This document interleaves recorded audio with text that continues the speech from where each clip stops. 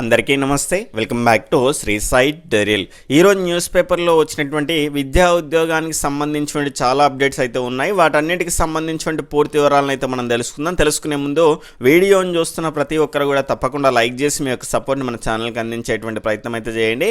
కొత్తగా చూస్తున్న వాళ్ళు ఎవరైనా ఉంటే సబ్స్క్రైబ్ చేసుకొని పక్కనటువంటి ఆల్ నోటిఫికేషన్ బెల్ ఐకాన్ని క్లిక్ చేస్తే నేను చేసేటువంటి ప్రతి వీడియో కూడా మీకు నోటిఫికేషన్ రూపంలోకి వచ్చేస్తుంది.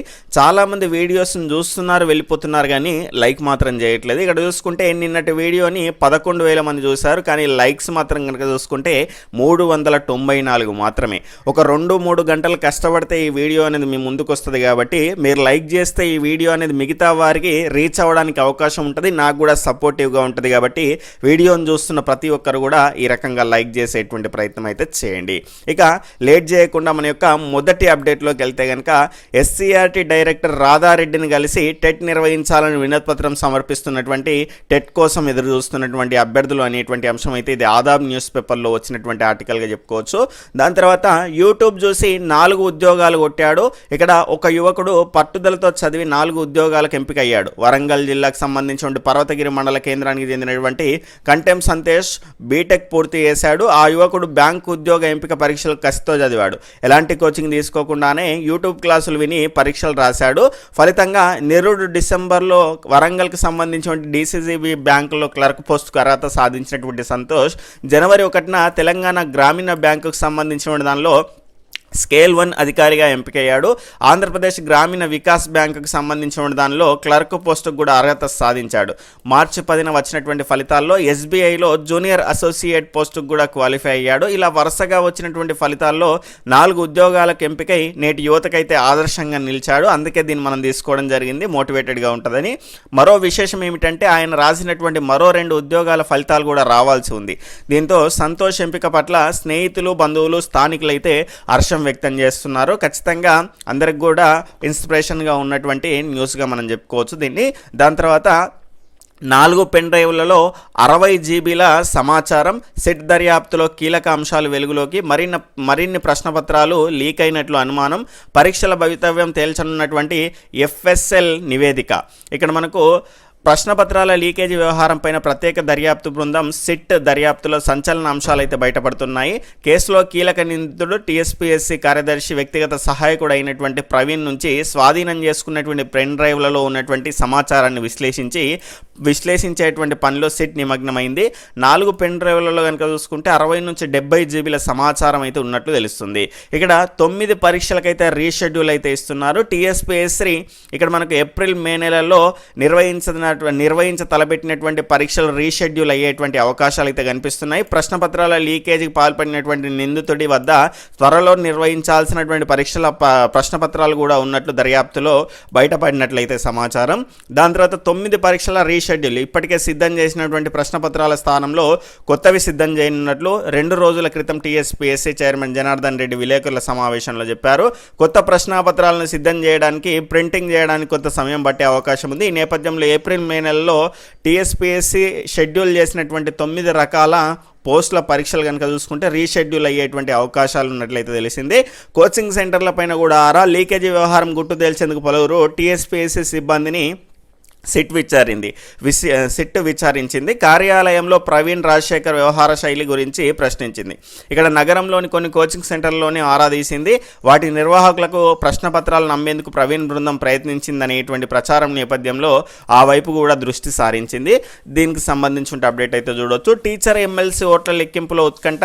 టీచర్ ఎమ్మెల్సీ ఓట్ల లెక్కింపు శుక్రవారం తెల్లవారుజామున వరకైతే కూడా ఉత్కంఠభరితంగా కొనసాగింది. ఉదయం 3 గంటల తర్వాత అందినటువంటి సమాచారం మేరకు బీజేపీ బలపరిచినటువంటి ఏవిఎన్ రెడ్డికి సంబంధించినటువంటి అధికార పార్టీ పైన అయితే గెలవడం జరిగింది. దీనికి సంబంధించిన అప్డేట్ అయితే కూడా చూడవచ్చు. ఎమ్మెల్సీకి సంబంధించిన ఎలక్షన్స్ కూడా కంప్లీట్ అయిపోయాయి కాబట్టి ఇక్కడ గురుకుల నోటిఫికేషన్ ఇవ్వడానికి అయితే ఎలాంటి ఇబ్బంది లేదు. కానీ ఇప్పుడు ఉన్నటువంటి గజిబిజిలో మరి దాని గురించి ప్రభుత్వం ఆలోచిస్తుందా లేదా అనేటువంటి అంశాన్ని కూడా చూడాల్సినటువంటి అవసరం ఉంటుంది. ప్రభుత్వానికి ఎలాంటి సంబంధం లేదు, ఖచ్చితంగా బోర్డు అనేది నిర్ణయం తీసుకుంటుంది. కాబట్టి ఇవన్నీ పక్కన పెట్టేసి ఖచ్చితంగా అభ్యర్థుల యొక్క భవిష్యత్తు గురించి ఆలోచించి వీలైనంత త్వరగా గురుకుల నోటిఫికేషన్ రిలీజ్ చేయాల్సినటువంటి అవసరం అయితే ఉంది. దాని తర్వాత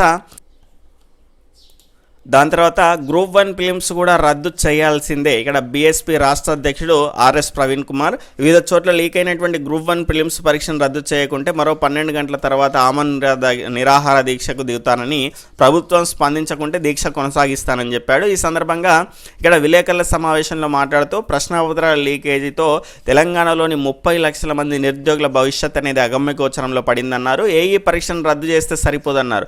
టీఎస్పీఎస్సీ చైర్మన్ నైతిక బాధ్యత వహించి వెంటనే వైదొలగాలన్నాడు. అసలు ఏం జరిగినట్లే మొన్న ప్రెస్ మీట్లో చెప్పాడండి. విద్యార్థులకు ఏదైనా ధైర్యాన్ని ఇస్తాడంటే అట్లా ఏం లేదు, నమ్మినోళ్ళు మోసం చేసిండ్రు అనేదో అది చెప్పిండు, కానీ అది కరెక్ట్ అనిపించలేదు. ఆ రకంగా కాదు, ఖచ్చితంగా వాళ్ళందరినీ కూడా మారిస్తేనే టీఎస్పీఎస్సీలో మళ్ళీ కొత్త సభ్యులందరినీ కూడా ఎన్నుకున్న తర్వాత అందరికి కూడా ఒక ధైర్యాన్ని ఇస్తే కనుక ఖచ్చితంగా ఎలాంటి ఇబ్బంది లేకుండా వాళ్ళు ధైర్యంగా నిరుద్యోగులు కూడా ఎగ్జామ్స్ రాసేటువంటి అవకాశం ఉంటుంది. కానీ మళ్ళీ అదే కొనసాగిస్తే కనుక ఏం జరగలేదు అనేటువంటి అంశాన్ని ఆ రకంగా మనం ముందుకు తీసుకొచ్చేసి మళ్ళీ ఆ రకంగానే కొనసాగితే ఖచ్చితంగా అభ్యర్థుల్లో అనుమానాలు అనేటివి అలానే నిలుస్తూ ఉంటాయి. తర్వాత ఇక్కడ టీఎస్పీఎస్సీ అవినీతిమయంగా నిర్వహించినటువంటి 8 రకాల ఉద్యోగాలు భర్తీ ప్రక్రియను వెంటనే నిలిపివేయాలని ఆయన అనడం జరిగింది. పోటీ పరీక్షల కొత్త ప్రశ్న పత్రాలు, జరగబోయేటువంటి ఉద్యోగ పరీక్షలపైన టీఎస్పీఎస్సీ ముమ్మర కసరత్తు, లీకేజీ ఘటనతో కీలక నిర్ణయం, కొత్తవి సిద్ధం చేసేందుకు చర్యలు, క్వశ్చన్ పేపర్ ఎక్స్పర్ట్ను మార్చేటువంటి యోచన. అందరినీ మారుస్తున్నారు, మరి టీఎస్పీఎస్సీకి సంబంధించిన వాళ్ళు ఎందుకు మారుస్తలేరు అదే అర్థం కావట్లేదండి. ఇక్కడ 4 నుంచి షెడ్యూల్ ప్రకారమే పరీక్షలు. ఏప్రిల్ 4న హార్టికల్చర్ ఆఫీసర్ పరీక్ష ఉన్నది. ఏప్రిల్ 23న అసిస్టెంట్ మోటార్ వెహికల్ సంబంధించిన పరీక్ష అయితే ఉన్నది. దానికి సంబంధించినటువంటి పరీక్షలు అయితే షెడ్యూల్ ప్రకారమే ఉంటాయని అయితే ఇక్కడ చెప్పడం జరిగింది. గ్రూప్ 1 మెయిన్స్ జూలై 1న, గ్రూప్ 4 ఇక్కడ ఆగస్టులో 29, 30 తేదీల్లో గ్రూప్ 2 పరీక్షలతో పాటు ఇతర పరీక్షల తేదీలను టీఎస్పీఎస్సీ ఇప్పటికే ప్రకటించింది. ఏప్రిల్ 4 నుంచి జరగాల్సినటువంటి పరీక్షలన్నీ కూడా యథావిధిగా షెడ్యూల్ ప్రకారమే నిర్వహించేందుకైతే టీఎస్పీఎస్సీ ఏర్పాట్లు అయితే చేస్తున్నది. దీనికి సంబంధించిన అప్డేట్ అయితే చూడొచ్చు.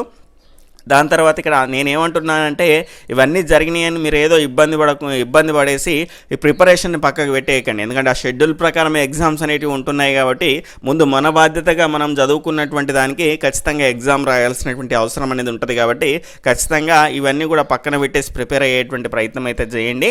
దాని తర్వాత కనుక చూసుకుంటే ప్రవీణ్ పెన్ డ్రైవ్లో 5 పేపర్లు, ఏఈ టౌన్ ప్లానింగ్తో పాటు వెటర్నరీ, తర్వాత ఏఎంబిఐ, తర్వాత గ్రౌండ్ వాటర్ ఇన్స్పెక్టర్కి సంబంధించిన పేపర్స్ అయితే గుర్తింపు. అత్యాధునిక టెక్నాలజీని వాడి రికవరీ చేసినటువంటి ఫోరెన్సిక్ ఎక్స్పర్ట్స్ వీటిని ఎవరైనా లీక్ చేశారా అనేటువంటి కోణంలో దర్యాప్తు అయితే చేస్తున్నారు.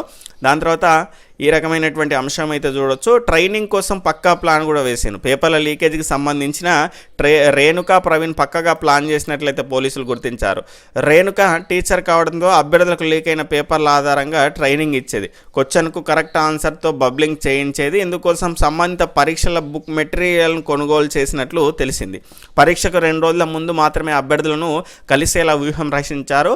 అడ్వాన్స్ తీసుకున్న తర్వాత ప్రవీణ్ చెప్పిన ప్రాంతాలకు తీసుకెళ్లి పేపర్ నేరుగా ఇవ్వకుండా కేవలం క్వశ్చన్ ఆన్సర్ మాత్రమే చెప్పి ప్రిపేర్ చేయించారని భావించారు. రేణుకకు నమ్మకమైనటువంటి వారిని మాత్రమే సెలెక్ట్ చేసుకోవాలని, పరీక్ష రోజు అభ్యర్థులను వెంట పెట్టుకొని సెంటర్లకు తీసుకెళ్లాలని ఇక్కడ ప్లాన్ అయితే చేసిండ్రు. ఈ రకంగా ప్లానింగ్ అవుతుంది వీళ్ళది అంతా కూడా. ఇక్కడ క్రిమినల్ మైండ్ లాగానే ఇద్దరు కూడా ఆలోచించిండ్రు, ఆ రకంగా చేసిండ్రు. తర్వాత స్పెషాలిటీ పీజీ పరీక్షల షెడ్యూల్ని ప్రకటించింది. ఇక్కడ దీనికి ప్రకటించండి అనేటువంటి అంశం చూడొచ్చు. దాని తర్వాత గేట్ ఫలితాలు విడుదల, 21 నుంచి స్కోర్ కార్డులు. తర్వాత గురుకుల 5వ తరగతి ప్రవేశాలకు దరఖాస్తు గడువు అయితే పెంపు. మహిళా యూనివర్సిటీ ప్రిన్సిపాల్గా ఇక్కడ మనకు వారిజా రాణి అయితే ఇక్కడ నియమితులయ్యారు. హైదరాబాద్లోని కోటిలోని తెలంగాణ మహిళా విశ్వవిద్యాలయం ప్రిన్సిపాల్గా జగిత్యాల జిల్లా ధర్మపురికి చెందినటువంటి ఆచార్య వారిజా రాణి అయితే నియమితులయ్యారు. ఇక్కడ ఈ అంశానికి సంబంధించి ఒక గుర్తుపెట్టుకునే ప్రయత్నం అయితే చేయండి. తెలంగాణలో మొట్టమొదటి మహిళా విశ్వవిద్యాలయం కాబట్టి ఖచ్చితంగా గుర్తుపెట్టుకోవాల్సినటువంటి అంశము. ఇంటర్ సెకండ్ ఇయర్ పరీక్షలో 4 మాల్ ప్రాక్టీస్ కేసులు అనేటువంటి అంశం కూడా చూడొచ్చు. దాని తర్వాత 50 మందిని విచారించాలా. ప్రవీణ్ ఫోన్లో సేకరించినటువంటి కాంటాక్ట్ల గురించి విచారించడం కీలకంగా మారింది. అతడి ఫోన్లో కాంటాక్ట్ల జాబితాలో కనుక చూసుకుంటే 50 మంది వరకు యువతులు ఉన్నట్లు తెలుస్తున్నది. ఇక్కడ వీరిలో పలువురు అతడితో చాటింగ్ చేసినట్లు వెల్లడైంది. లీకేజీ వ్యవహారానికి సంబంధించినటువంటి ఆధారాలని బయట రాబట్టడంలో వారి వాంగ్మూలం కీలకంగానుంది. 3 యువతులకు దర్యాప్తు బృందం ఫోన్ చేయగా కేసులోకి తమను లాగొద్దని, తమ పరువు పోతుందని వారు ప్రాధేయపడ్డారు. చేసినప్పుడు ఏం లేదు కానీ ఇప్పుడు బయటకు వస్తే పరువు పోతుందా? ఈ క్రమంలో మిగిలిన వారిని విచారించాలా, సాక్షులుగా చేర్చాలా అనేటువంటి దర్యాప్తు అధికారులు కూడా మీమాంసలు పడ్డారు. దీనికి సంబంధించిన అప్డేట్ అయితే చూడొచ్చు. దాని తర్వాత ఈనాడు ప్రతిభకు సంబంధించినటువంటి ఎస్ఎస్సి స్పెషల్ ఎగ్జామ్స్లో భాగంగా జనరల్ స్టడీకి సంబంధించిన అంశం అయితే ఇచ్చారు. దాని తర్వాత అర్థమెటిక్కి సంబంధించి తెలుగు వర్షన్లో ఇవ్వడం జరిగింది. జ్ఞాన నేత్రానికి సంబంధించి ఇక సులభంగా సమర్థ నానోబాళ్ళ సమీకరణ అనేటువంటి అంశము స్క్రీన్ షాట్ తీసుకోండి. మధుమేహ నియంత్రణకు కృత్రిమ క్లోమం నానో కణాలతో అభివృద్ధి చేసినటువంటి శాస్త్రవేత్తలు అనేటువంటి అంశం అయితే చూడొచ్చు.